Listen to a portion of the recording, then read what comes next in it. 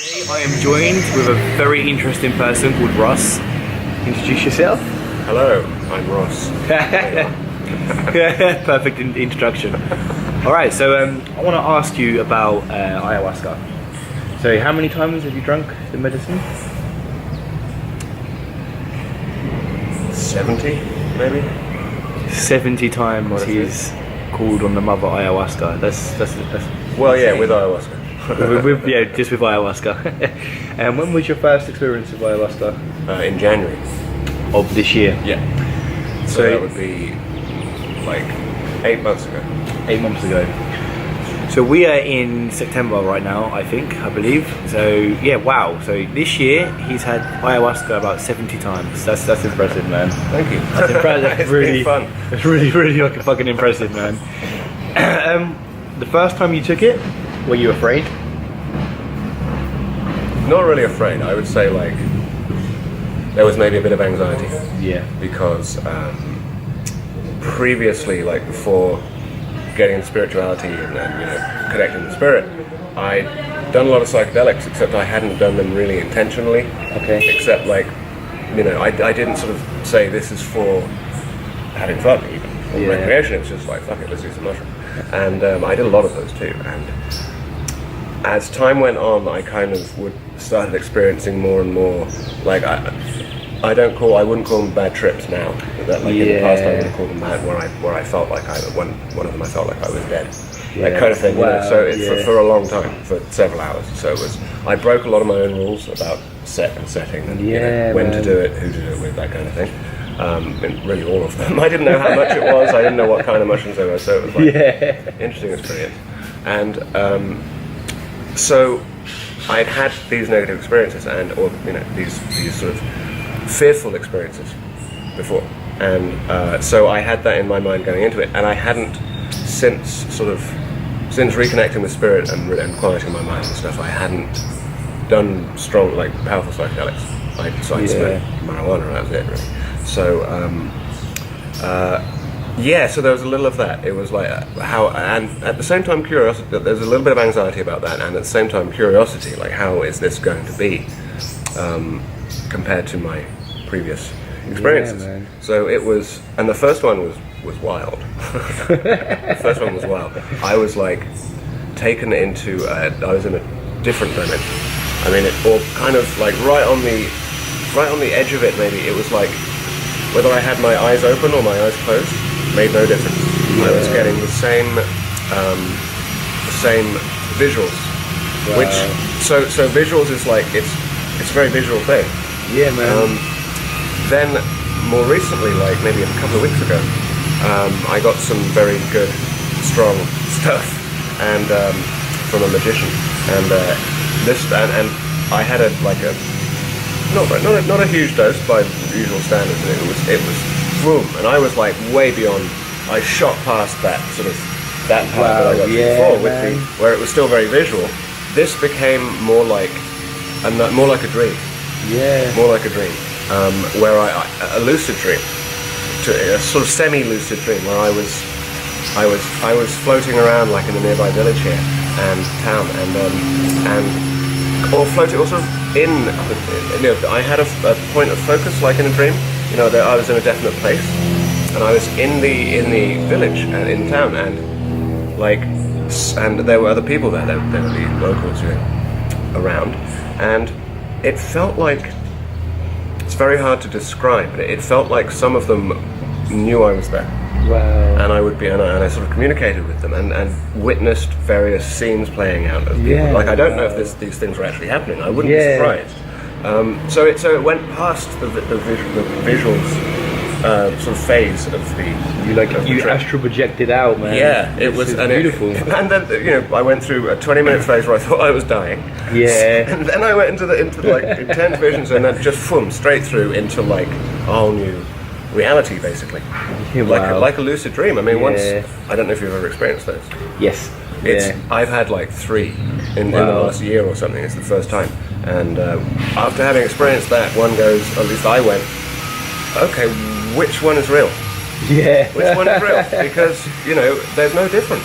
Yeah, man. The only difference really is this what we call reality. You know, this one is much more stable, much more predictable. At least we think that so many people believe this is how it is. This is one way of seeing it anyway. But it kind of makes it more real. This and in dreams through certainly with ayahuasca, that the amount that I had, it's possible to go somewhere else completely, and it's cool. So yeah, buddy. It's good stuff. I'm not encouraging anyone. I'm just saying it's legal here. Yeah. It's a medicine, and it's incredible, and it's the medicine of the planet. So yeah, definitely. And I think that's the important thing is like. You have to be kind of embarking on this journey of kind of self-discovery, because I wouldn't grab a random person in the street and tell them to take psychedelics, because if you're not mentally ready, it can drive you insane, right? But I do believe that sometimes going insane isn't a bad thing. People hear voices in their head and they get locked up and they get called insane. But if we go back 2,000 years ago, the story of Jesus, he'd hear voices in his head. Did they lock him up? This is the crazy thing. We live in this world where we have this very big disconnect.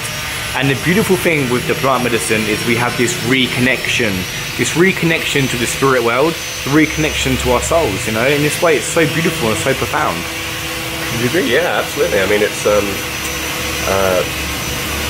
that's what I think what psychedelics do actually is they connect one with spirit. Yeah. It sort of breaks down. It's all about DMT in the pineal gland and communication between the hemispheres. Like there is, in my opinion, real neurological sort of justification for believing that it's a genuine connection with the other world, with whatever one calls that. It's had lots of names. There's a guy called Alan Moore who did V for Vendetta and Watchmen. Yes. He calls himself a warlock. Yeah. He decided when he was 40 he could either have a midlife crisis like all of his friends, or he could become a warlock. And I guess maybe some people might say that's pretty much the same thing. Yeah, man. So I think you're right. He chose to become a warlock, and that was 20-something years ago now. And he says that the mind is a shared space. Yeah. In his experience, and that is my experience as well. It's the brain is in the mind, not the other way around. The brain is in the mind, the body is in the mind, everything is in the mind. Because if you think about it, like what isn't in the mind? Yeah. Like we say that's a book, or it's atoms and molecules, and there are light beams, light waves coming off of it, photons that hit the retina and all that kind of stuff, and it does something in the brain, and then a miracle happens. Yeah. And we have the experience of it. And that bridge still has not been jumped by science. Yeah. They just go, that's the hard problem. That's what they call it, the hard problem. And they move on. It's and they also, scientists can't find long-term memory in the brain. They say it's a hologram now. The brain is a hologram. Memory is somehow stored all over it. Let's move on. Another hard problem. And free will. The studies since like the late 70s have shown that by measuring the brain, they can predict with something like 70 to 80% accuracy a decision that somebody's going to make. Yeah. Seconds before they're aware of making this decision, right? And they're taking this study by Benjamin LeBay, 1979, I think it was, to sort of their conclusion then is that we don't have free will, and they become determinists. And say it's just, and then if you read interviews with these scientists, like how do you live as a determinist? Like what do they say? I can't. I feel like I have free will, and yet there's this one sort of very limited thing where they're measuring only the brain.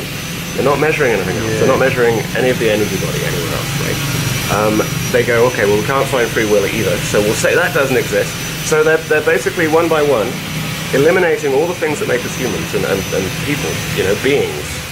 One by one, they're saying those don't exist, and yet I'm going to live as if they do because I can't live any other way. And they say that's fine. Let's make some smaller cell phones. Oh yeah. It's so the thing is that because they're coming to it with the perspective that the mind is in the brain, that the brain generates the mind, and it doesn't. It doesn't. It's a filter on it, and see, it's more like a television set. Right? So seen that way, all of those hard problems go away. Yeah. They don't. There's no need to explain how the brain makes our experience because it doesn't. Yeah. You know, it filters it, and there's no need to. And long-term memory is in the soul, or in the astral world, or in the Akashic records, or whatever. You know, there are a lot of names for it, right? They're not in the brain. That's why they can't find it there. But scientists these days just go, fuck it then. They don't go, where shall we look? That is the hard question. Because it's a bit spooky. This is the thing. Spooky. So they go, like this. Well, we fear the unknown. Right. You know, and this is the crazy thing. We always have this fear towards the unknown. That's why people don't do courage. Because, you know, taking like psychedelic plants, the thing is, it becomes real. When you take it, you feel your stomach become cramping up, your hands become sweaty, and people run away from that because it's a real experience. Yep. So that's why we waste so much time. You can puke on it. You can shit your brains out, basically. Yeah.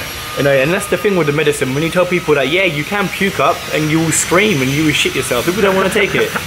They'd rather just carry on. Not necessarily. It doesn't always happen. It's not the protocol. It's optional. But yeah, okay. I'm sure we're going to have many more interviews. So I'm going to, in the future, maybe we can do this maybe a few times a week. Yeah, sounds good to me. Okay, awesome. Would you like to plug yourself? Like, tell everyone where to find you on your... Plug yourself, eh? Family friendly. Well, family friendly. Nah. Okay, that's all right then. But I put a link to your Facebook if you want in the description. Yeah, if you want it. We'll see. Okay, cool, awesome. Okay, guys, I'll catch you in the next video. Peace and love.